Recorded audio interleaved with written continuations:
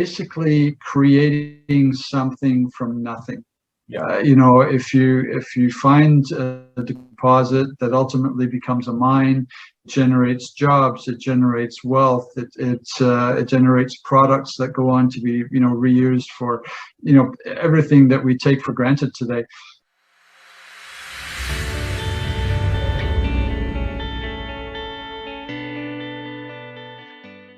I let you go, I would really much like you to, because you have talked a lot about, the business, company, geology. I would be very interested, and I think all our viewers would be very interested, is what made you come to mining, come to exploration, come to geology? And you said that you have 40 years of experience, though you're a very young guy yourself. So at what point this young Bob was interested in pursuing geology and having such a good experience and now running Newrange?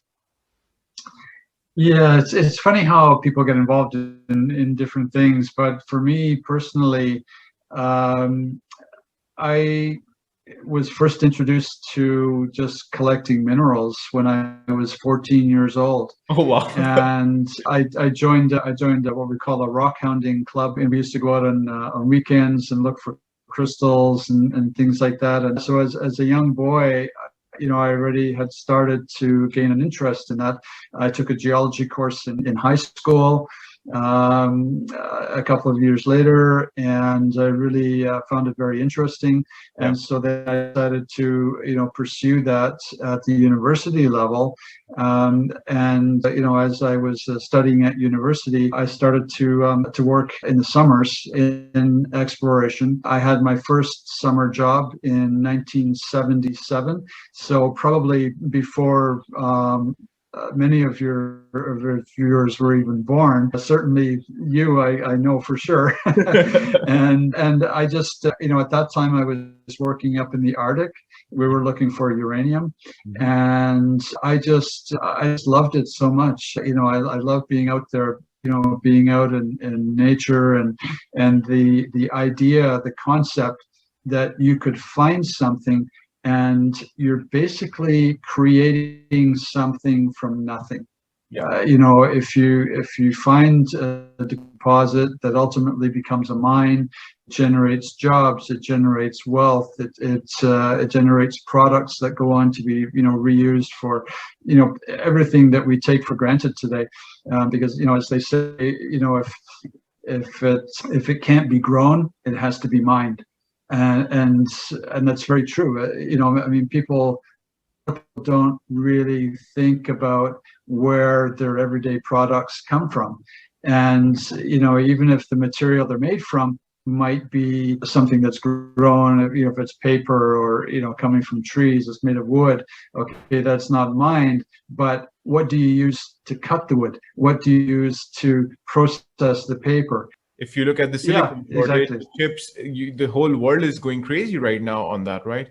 Right. Yes. So at the end of the day, everything comes back to mining in one way or another. We would not have the lifestyle that we have today. Society would not exist the way it does today without mining. And so that whole concept is one thing that really drives me. The ability to be able to find and create something new that will have such an impact on so many people is just it's an amazing feeling, and so to have that success, and that's one of the things that came from building a company. As I mentioned before, when we started Great Panther with just two guys and an idea, to build that into a company that is still operating today. 17 years later, with thousands of employees putting food on the table, producing a product that's, that then gets sold and, paying taxes to governments and so on. It all just kind of builds to know that you've been instrumental in making that happen is just an amazing feeling. And that's one of the things that keeps driving me, I guess. So Bob, you have to, it's recording, you have to promise me when the COVID situation is done, when the whole world is open again, me and my team, we visit you guys and you take us to your exploration site. and then we do an interview there. Absolutely. We also experience it together with you. Yes, no, I'd like nothing more, Hassan. I'd love to do that. I So look now it's forward to it. recorded. Right. Yeah. No, Perfect. not a problem. Cool. So Bob, once again, thank you so much for your time, for making the whole process, which we all know it's very much technical, and making it so easy to understand for all of us. Very much thank you. And we will be very much looking forward to catch up with you in coming months, and also get some updates from your end, that how the things are evolving. Where is your optimism level?